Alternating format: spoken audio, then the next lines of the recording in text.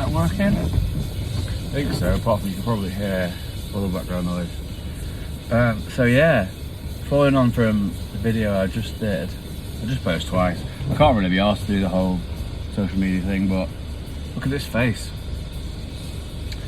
So yeah, I was going to see how many sports I could play. Rugby union, rugby league, boxing, non-league football. What else was I going to do? There's some other ones, but I don't want to share them because. And I got very close to the rugby union one. But unfortunately, well, God had different plans for me in that sense. So that won't be happening in the immediate short term, whereas I think it probably would have already been completed, but no one's going to believe me because I just keep to myself, which I guess is kind of why I've started posting online, because I do just keep to myself. Thing is, when you stop drinking, the phone stops going, and I'm not trying to play the pity party. I chose it and I prefer it, but like, I don't really do anything. I walk the dogs, I look after myself. I try not to eat chocolate. I look after myself. I try and look after my dependents. I don't go out at night. What else do I do? Everyone would think it was quite a boring life, I guess. I just wake up, do the dogs, renovate the house, keep renovating the house, or do something on my businesses, Warrington Car Hire, bam bam. And yeah, just progressing loads of ideas that I've had. The thing with me is, I've got this sort of autistic-y ADHD brain where I flip between things. So if you've ever seen my internet tab thing, it's just, there's about 50 open, and I like it that way because it's organised chaos, and that's kind of what my life's like. Anyone looking from the outside, just, yeah, they're quite judgmental, although I feel judged very often.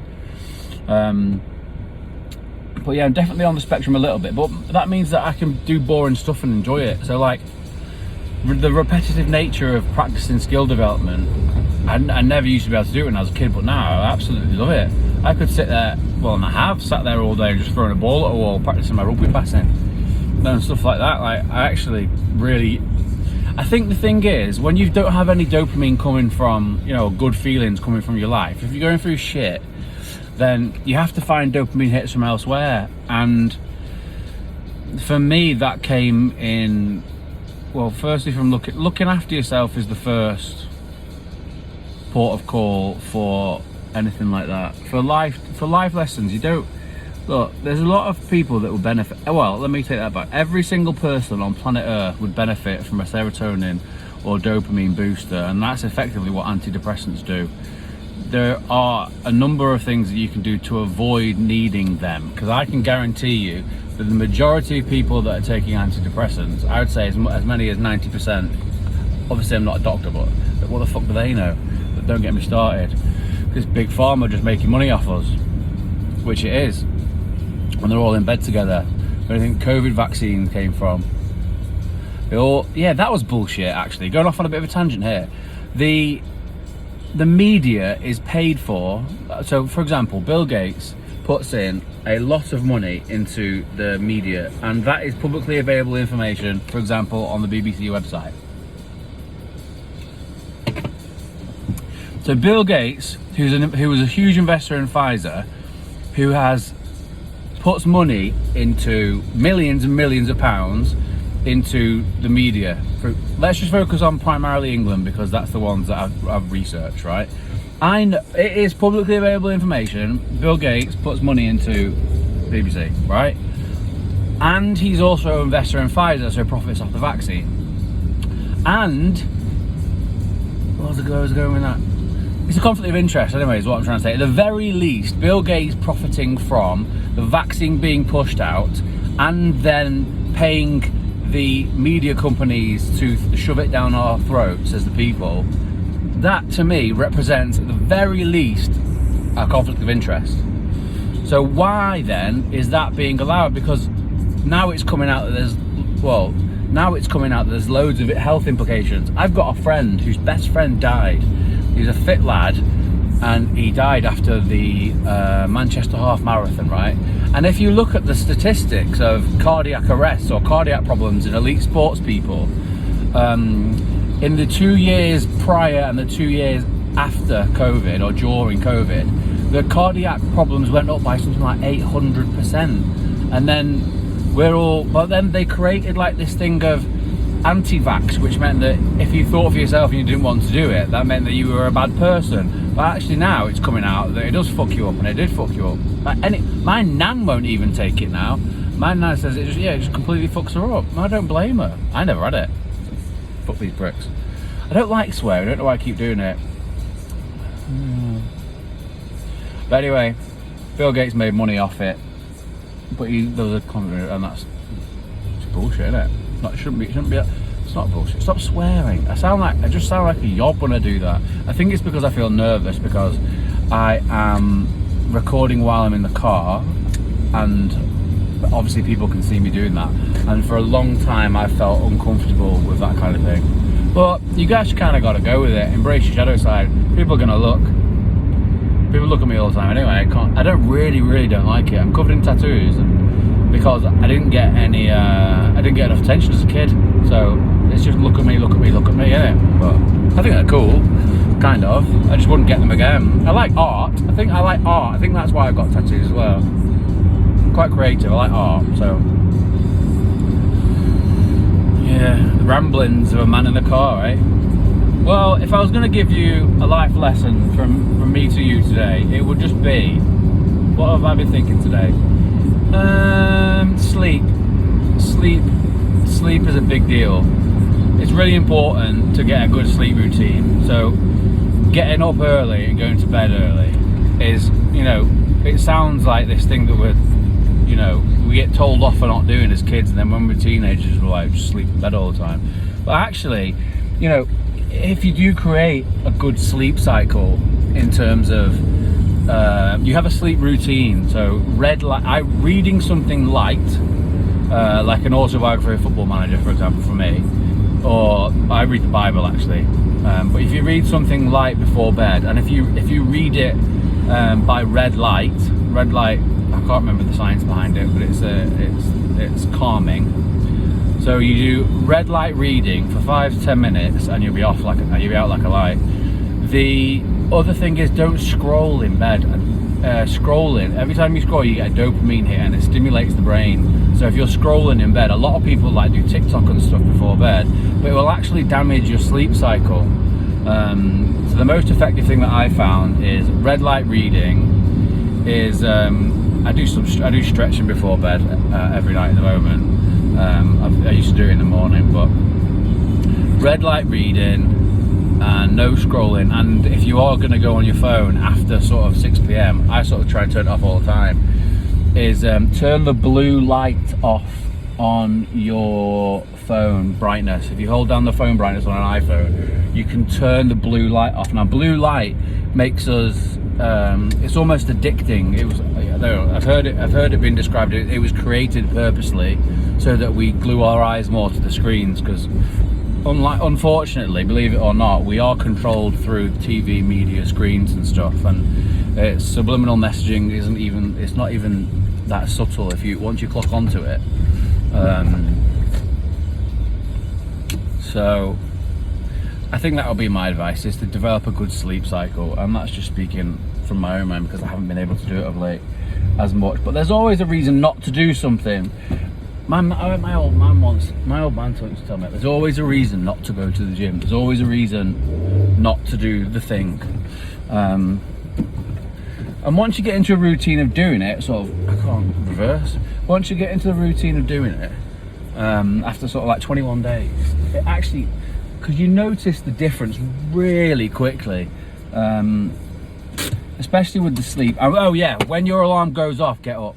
Don't snooze. Snoozing's losing.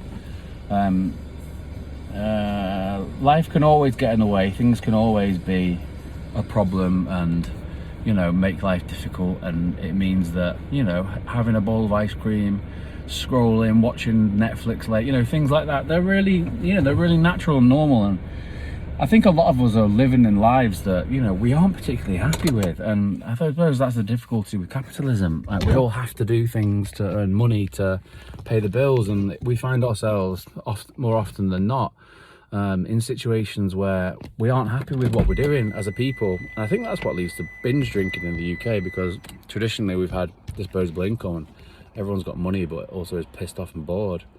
But I probably get young lads, you know, aggressive young lads fighting at the weekend drunk. There's loads of shit that goes on in my head. I just wish I could get some recognition for it.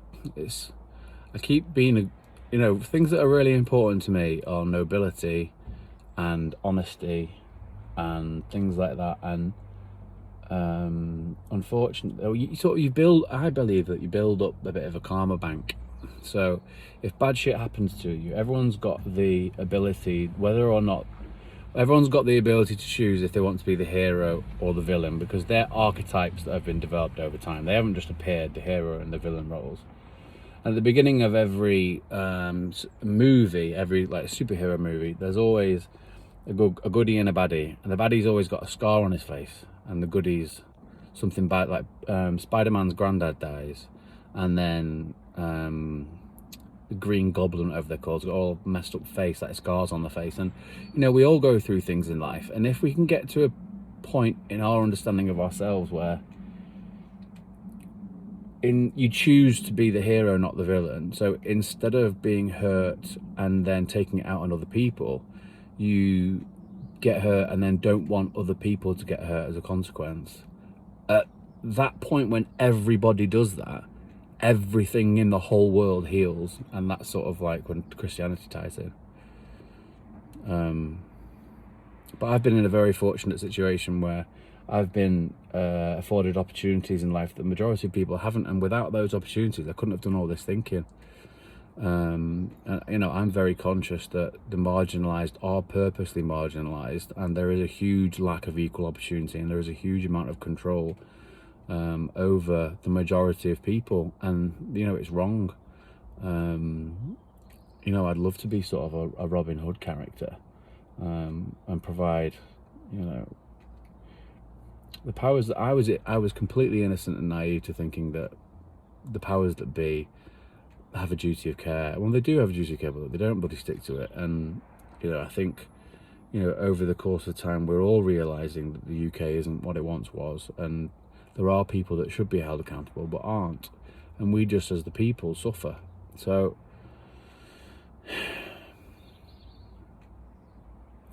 the way that I see, you know, I've read parts of the Quran, and you know, the difference between what I can see between Christianity and Islam is that Christianity is about forgiveness and Islam's more about paying homage. And that's really, really, really good. There's so many cool things about Muslims in general, but Islam, because, you know, the fasting for Ramadan, the sacrifice, there is so many really cool practices. But then again, there are in Buddhism as well, and Taoism, and Christianity. And maybe we gotta be more open to the fact that, you know, there is a higher power, and you know, just be open-minded. I feel like we're in a very narcissistic and closed-minded society now, and you know, it's not really getting us anywhere good, is it? So I mean, for something to change, something's got to change. And I'd like it to change, and not just for me. I want to help. I think, you know, money goes to money, and that is the situation, and that's probably been designed that way purposefully, on purpose. And that's not okay. And, you know, poorer areas, less affluent areas have worse schools. Also, school. Has anybody ever noticed how school just gets you ready to work? Like Pythagoras theorem in maths, like, you're forcing these kids to do shit that they're never going to use, and never. So, like, well, maybe that's just almost brainwashing to get us ready to be useful rat race workers. Because, you know, going back to what I said at the beginning of the video, like, we live in a world where, and especially in England, I've only lived in England and Spain, so I can't really comment on anywhere else, but in England, most people not hate, but don't like what they do, but they do it anyway because we've got to pay the bills. But we have been subjected to some sort of subliminal messaging through school of normalizing that sort of 9 to 5. You know, there is a lot of similarities between 9 to 5 and school, wearing a uniform and all that kind of stuff. And when the people at the top who have the money don't give a shit about the people at the bottom, which is the majority, now we have to pay council tax. Like, they just rinse us of all of our money so that the status quo can't be challenged. And it appears that it has been engineered that way, to me at least. Now, I've played football at Eton. I've also lived on a lilo in Ibiza. So I've got a pretty broad spectrum of understanding of life, I like to think, anyway. I've seen lots of different stuff, from super wealthy Cheshire to drugs in Ibiza, stuff like that. So I don't know. I really feel for the world. I've cried for the world before, because so many people just go through life with no hope, no opportunity. And it's just not fair, because there's so many. Yeah, I'm a complex character, because I'm a box and play rugby. I'll smash your head in. I said that to someone the other day. I said to them when I was talking to them, I was like, yeah, I'm a bit of a different character, I guess. And they're like, oh, that's a bit big-headed.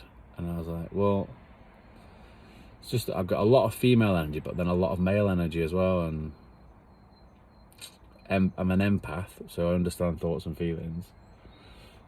And annoyingly, it's a gift. It's a gift and a curse, and it appears more of a curse at the moment, because people are so tiring. No offense, guys. Oh, I hate that guys thing. I've had it. That's enough. Calling it a day.